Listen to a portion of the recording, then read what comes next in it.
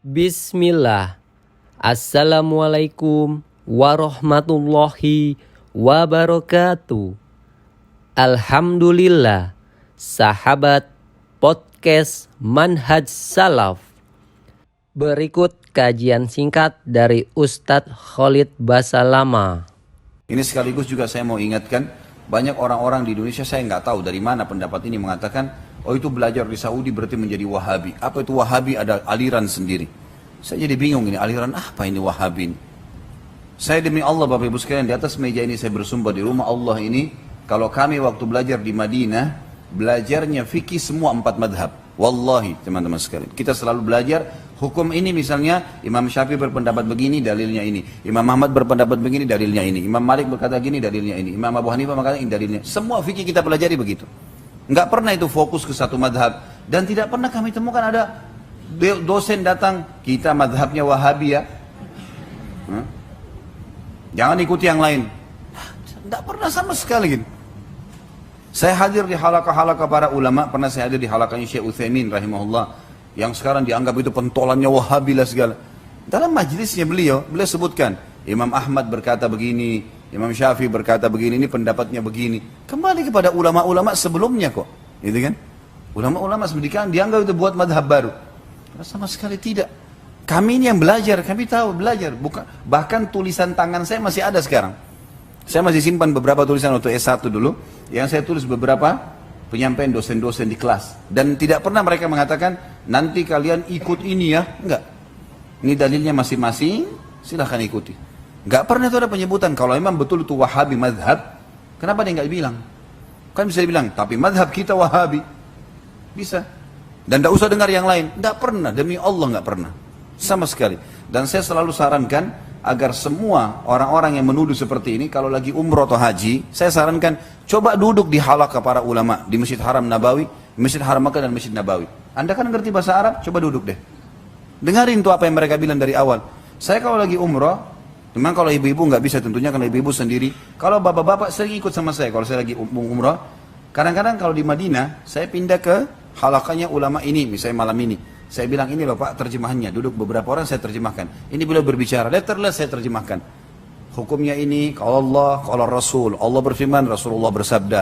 Kalau ada pendapat ulama, diangkat pendapat para sahabat, para tabi'in, para tabi'in, imam 4. Enggak ada perkataan Wahabi, enggak pernah ada keluar. Enggak pernah ada. Ini fitnah ini, enggak pernah ada sama sekali. Kemudian saya terjemahkan. Setelah saya terjemahkan, bagaimana Pak pendapatnya? Bagus ya Ustaz ya. Semua ada dalilnya, iya. Ini yang diklaim di Indonesia Wahabi. Besok pindah lagi ke halaqah subuh, kadang-kadang malam ada pengajian, subuh ada pengajian lagi, saya pindah lagi ke ulama yang lain. Ini yang lain ya Pak ya, ini dia ceramah tentang ini. Pasti tidak mungkin orang bisa sembunyikan kalau memang dia punya madhab tertentu. Dia bicara kan, pasti dia sampaikan, gitu kan. Ini loh, saya terjemahkan 1 jam, 1 jam seperempat, sudah selesai. Inilah yang mereka bilang, bagaimana Pak pendapatnya? Iya, semua ada dalilnya. Ini yang diklaim Wahabi di Indonesia. Besok malam pindah lagi halaqah ulama sana. Segitu juga. Di Mekah juga kadang-kadang gitu. Cuma di Mekah agak padat. Karena kegiatan ini kita padat dengan pengajian. Maka saya tidak bisa terlalu fokus di situ. Apalagi kadang-kadang banyak jemaah yang fokus dengan tawaf dan seterusnya. Di Madinah agak senggang. Maka kita lakukan di Madinah. Tapi saya sarankan teman-temannya coba. Sebelum memvonis orang, menyalahkan orang. Coba hadir, dengarin. Kalau emang ada sesuatu yang salah, tanyain. Kan ngerti bahasa Arab kan? Tanya. Mereka terbuka, habis pengajian selalu buka pertanyaan. Angkat tangan, Syekh, saya mau tanya begini. Coba tanya. Dan selama ini pernah temukan nggak ada sholat yang beda dengan Masjid Haram Mekah dan Madinah? Ini Bapak Ibu yang pernah haji dan umrah. Ada sholatnya beda? Hah? Yang anehnya, orang-orang yang mengklaim itu Saudi itu Wahabi segala macam, gitu kan? Mereka beli kasetnya Sudes, pasang. Sudes itu imamnya. Hah? Itu Imam Wahabi itu. Kenapa didengar tilawahnya? Syekh Shuraim, ulama-ulama banyak masih. Lah ini yang diklaim. Jadi klaim bukan pada tempatnya teman-teman. Tidak ada buktinya.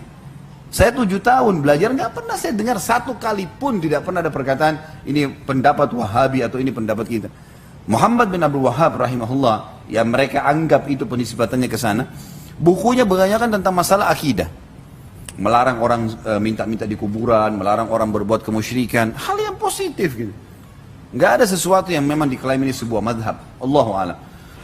Dan saya temukan ini memang statement sering dikembang-kembangkan oleh orang Syiah.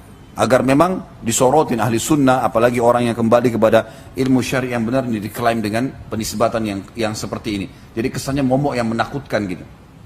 Padahal sebenarnya orang-orang yang diklaim sebagai Wahabi ini orang yang lebih hati-hati saja. Ada dalilnya kerjakan, nggak ada dalilnya nggak dikerjakan. Udah selesai kan? Sampai saya sekarang divonis ini Khalid Basama ini Wahabi. Udah terserah deh. Mau bilang Wahabi nggak apa-apa deh. Tapi silakan ikuti pengajian saya. Dan saya terbuka. Ada yang salah? Ingatkan. Selalu kita sampaikan Allah berfirman, Rasulullah bersabda. Apanya yang mau dikatakan salah ini? Kalau ada salah silakan. Saya insya Allah terbuka untuk menyampaikan kan. Dan kalaupun ada orang yang sudah kita ingatkan, tetap dia melakukan perbuatan bid'ahnya, syiriknya, silahkan saja.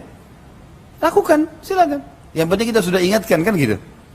Kalau mau terima, alhamdulillah. Tidak mau terima, ya sudah. Kan lebih hati-hati ya. Dan saya sudah bilang teman-teman sekalian, kita berada di zona aman. Ini meja kita bagi dua. Ini zona aman, ini zona tidak aman. Zona aman adalah kalau dalam ibadah yang ada dalilnya saja. Itu aman itu. Aman karena kita kerjakan pasti sudah ada panduannya kan, diterima.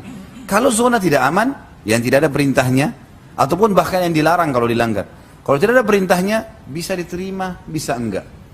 Kan itu. Kita kerja di perusahaan, perusahaannya kita kerjakan satu pekerjaan yang tidak diinstruksikan. Bisa perusahaan setuju, bisa enggak. Untuk apa kita masuk ke zona coba-coba nih? Nah, seperti itu saja. Jadi supaya lebih aman, muslimin kerjakan ini, karena ada dalilnya. Ini kalau dalilnya jangan dikerjakan. Tetap tidak mau ya silahkan. Bebas-bebas saja gitu kan. Tapi jangan salahkan kita karena ngingatin umat. Supaya hati-hati kan gitu. Hanya itu saja. Jadi menurut saya Allah alam ini klaim fatal sekali, ini fitnah ini. Nggak benar ini semuanya. Gitu.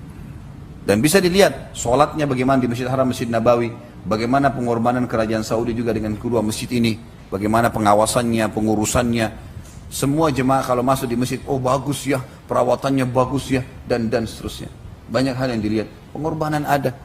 Pernah nggak Bapak Ibu temukan di Masjid Haram atau Masjid Nabawi ada celengan sumbangan? Nah, bagaimana kira-kira kalau orang kita yang pegang? Saya nggak ngomong apa-apa, jangan lagi disalahin. Tapi udah kebiasaan kita bawa celengan. Nggak pernah loh itu ada. Bahkan masjid tower besar jam itu, yang besar di Mekah itu tertulis besar-besar wakaf dari Raja Abdul Aziz. Itu tanah dibeli pakai uangnya Raja Abdul Aziz, dibebasin. Waktu beliau meninggal, anak-anaknya ambil uangnya diwakafin, dibangunin building. Semua hasilnya, hotel di situ, mall-mall yang disewakan sama pedagang-pedagang, itu masuk ke pembangunan masjid semua itu. Banyak orang tidak tahu pengorbanannya mereka gitu ya. Cuma dicari keburukan, cari kesalahan dan segala macam hal gitu. Yuk sahabat, bantu sebarkan dakwah salaf. Semoga dakwah ini bisa terus berkembang. Rasulullah Shallallahu Alaihi Wasallam bersabda, barang siapa yang menunjuki kepada kebaikan, maka dia akan mendapatkan pahala seperti pahala orang yang mengerjakannya. Hadis riwayat Muslim nomor 1893.